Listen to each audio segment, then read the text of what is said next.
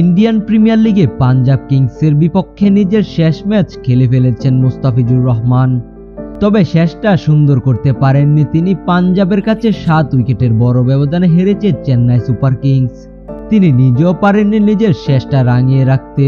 4 over হাত ঘুরিয়ে কোনো উইকেট পাননি এদিন। তবে বোলিং খারাপ করেছেন এই পেসার, এই কথা বলার সুযোগ নেই। ইনিংসের সবচেয়ে ইকোনমিক্যাল বোলার ছিলেন।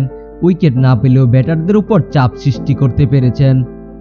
জয়ের সম্ভাবনা না থাকলেও তার ব্যক্তিগত তৃতীয় ওভারে খানিকটা আশা জাগিয়েছিল ভক্ত সমর্থকদের মনে। শশাঙ্ক সিং আর স্যাম কারেনকে সেই ওভারে কোনো রানই নিতে দেননি তিনি। অবশ্য মুস্তাফিজের অতিরিক্ত হোয়াইট দেওয়া চোখে লেগেছে। নিজের শেষ ওভারে 4টি হোয়াইট দিয়েছিলেন তিনি।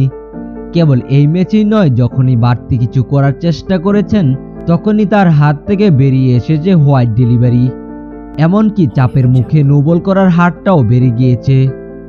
অবশ্য সবকিছুর ঊর্ধ্বে গিয়ে বলতে হয় কাটার মাস্টারের আইপিএল মিশন সফলভাবেই কেটেছে। সর্বোচ্চ উইকেট শিকারী তালিকায় সবার উপরে আছেন জাসপ্রীত বুমরা। তার চেয়ে 2 ম্যাচ কম খেলে সমান সংখ্যক উইকেট পেয়েছেন এই টাইগার তারকা। 21 পয়েন্ট 14 গড়ে 14 উইকেটে প্রশংসায় তারই প্রাপ্য বটে। চেন্নাইয়ের হয়ে এবার আইপিএলে অভিষেক আসর খেলেছিলেন তিনি। তবে নতুন দল কিংবা নতুন ড্রেসিং রুম মানিয়ে নিতে সময় লাগেনি তার। যদিও বাংলাদেশের জার্সিতে একেবারে বিবর্ণ সময় কাটাচ্ছেন কাটার মাস্টার মুস্তাফিজুর রহমান। আপনার কাছে কি মনে হয় এবার টি-20 বিশ্বকাপে মুস্তাফিজ আগের রূপে ফিরে আসবে?